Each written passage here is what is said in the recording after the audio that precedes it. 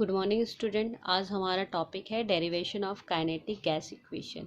इसकी पहले की क्लास में हमने kinetic molecular theory of gases के बारे में पढ़ा था, उसके मेन पोस्टुलेट के बारे में पढ़े थे। आज हम काइनेटिक गैस इक्वेशन का डेरिवेशन देखेंगे। ठीक है, इसके लिए हमने consider a gas enclose in a cubic vessel of volume V, each side of cube is L, let the number of molecule of gases is N and mass of each molecule is M and the velocity of molecule is U centimeter per second।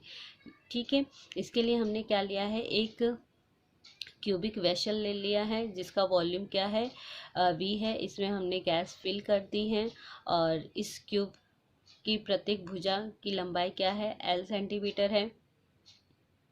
ठीक है, और जो gas लिए हैं उसमें number of molecules कितने हैं, यानी अणुओं की संख्या कितनी है, N है। और सभी अणुओं का मास कितना है, M है। और अणुओं की वेलोसिटी कितनी है, U सेंटीमीटर पर सेकेंड। ठीक है, और हम देख रहे हैं यहाँ पे 3 एक्सिस है, X एक्सिस, Y एक्सिस और Z एक्सिस। और हमें पता है मॉलिक्यूल सभी दिशाओं में गतिशील होते हैं। ठीक है, it can be move in 3 mutually perpendicular component UX, UY, UZ in direction XY Z axis. ठीक है, तो जो मॉलिक्यूल होते हैं वो सभी डायरेक्शन में मूव कर सकते हैं। तो X डायरेक्शन में उस कंपोनेंट क्या होगा, UX, Y डायरेक्शन में UY और Z डायरेक्शन में UZ होगा। तो रिजल्टेंट वेलोसिटी क्या हो जाएगा, U square equal to UX का स्क्वायर प्लस UY का स्क्वायर प्लस UZ का स्क्वायर। ठीक है, it is move along x axis due to the velocity ux, then it will strike the wall A and B। हम क्या मान के चलते हैं, जो हमारा ये मॉलिक्यूल है वो x डायरेक्शन में ही मूविंग है। तो x डायरेक्शन में मूविंग है तो वो क्यूब के फेस A से टकराएगा और क्यूब के फेस B से टकराएगा। ठीक है, क्यूब के वॉल या तो A से टकराएगा या तो वो B से टकराएगा। ठीक है, तो टकराने पे क्या होगा, momentum of molecule before striking. ठीक है, यानी मॉलिक्यूल का मोमेंटम यानी संवेग, बिफोर यानी पहले, स्ट्राइकिंग से यानी टक्कर से पहले। ठीक है, टकराने से पहले मॉलिक्यूल का संवेग क्या होगा, MUX।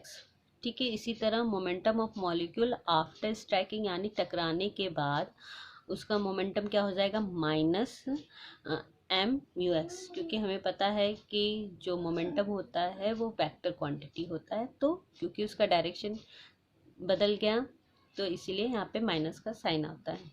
ठीक है, ठीक है, और हमें पता है कि जो कोलिजन होता है वो इलास्टिक होता है। ठीक है, क्योंकि हमने पहले भी kinetic molecular theory of gases में पढ़ा था। जो मॉलिक्यूल होते हैं वो एक दूसरे से भी टकराते हैं और वॉल से भी टकराते हैं। तो ये दोनों तरह की टक्कर क्या होते हैं, परफेक्टली इलास्टिक होती हैं। तो जो कोलिजन होगा वो क्या होगा, इलास्टिक होगा। इसलिए चेंज इन मोमेंटम क्या हो जाएगा, 2MUX। ठीक है, तो calculation of number of collision पर सेकेंड ऑन वॉल।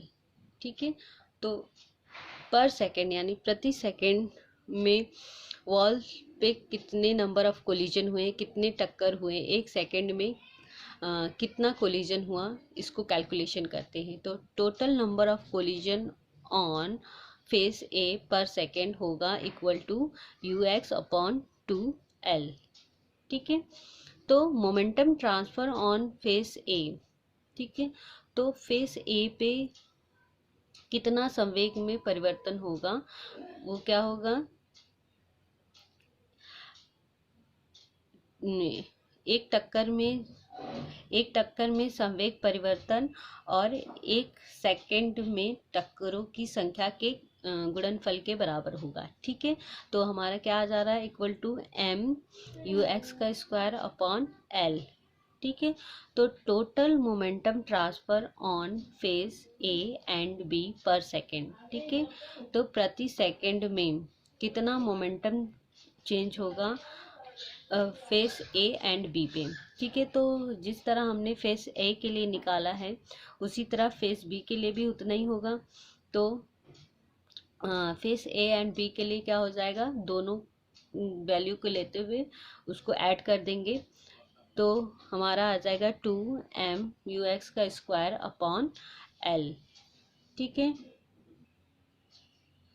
जिस तरह हमने दो फेसेस के लिए निकाले थे तो हमें पता है क्यूबिक वेसल में क्या होते हैं, 6 फेसेस होते हैं। तो उन सभी फेसेस के लिए total transfer of momentum on all 6 faces पर सेकेंड। ठीक है, प्रति सेकेंड कितना मोमेंटम ट्रांसफ़र होगा उसके लिए तीनों की वैल्यू को लेते हुए ऐड कर देते हैं और तीनों कंपोनेंट को ऐड करने पे रिजल्टेंट वेलोसिटी ले लेते हैं। तो आ गया हमारा 2m(u)² अपॉन l।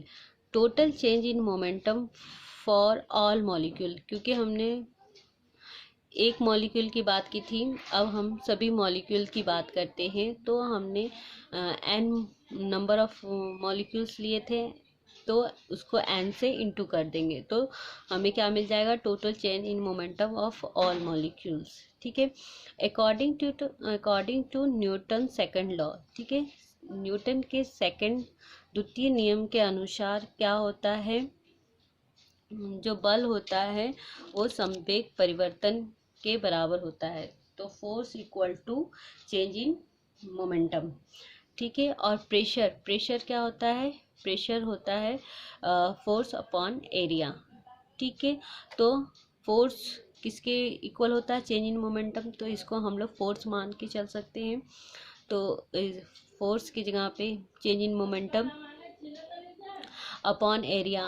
और क्यूबिक किसी भी क्यूबिक के लिए एरिया क्या होता है, 6 × l²। ठीक है, इसको सॉल्व करेंगे तो आएगा 1/3mnu² अपॉन l पे क्यूब। ठीक है, तो हमें पता है l³ क्या होता है, आयतन के बराबर होता है। किसी भी घन का आयतन क्या होता है, l³। तो l³ की जगह पे हम लोग v भी लिख सकते हैं। तो हमारा फाइनली इक्वेशन बनता है pv इक्वल टू 1/3mnu²। इसी इक्वेशन को हम लोग क्या कहते हैं, काइनेटिक गैस इक्वेशन कहते हैं। ठीक है, तो यही हमारा क्या हो गया, काइनेटिक गैस इक्वेशन का इक्वेशन है, pv इक्वल टू 1/3mnu²।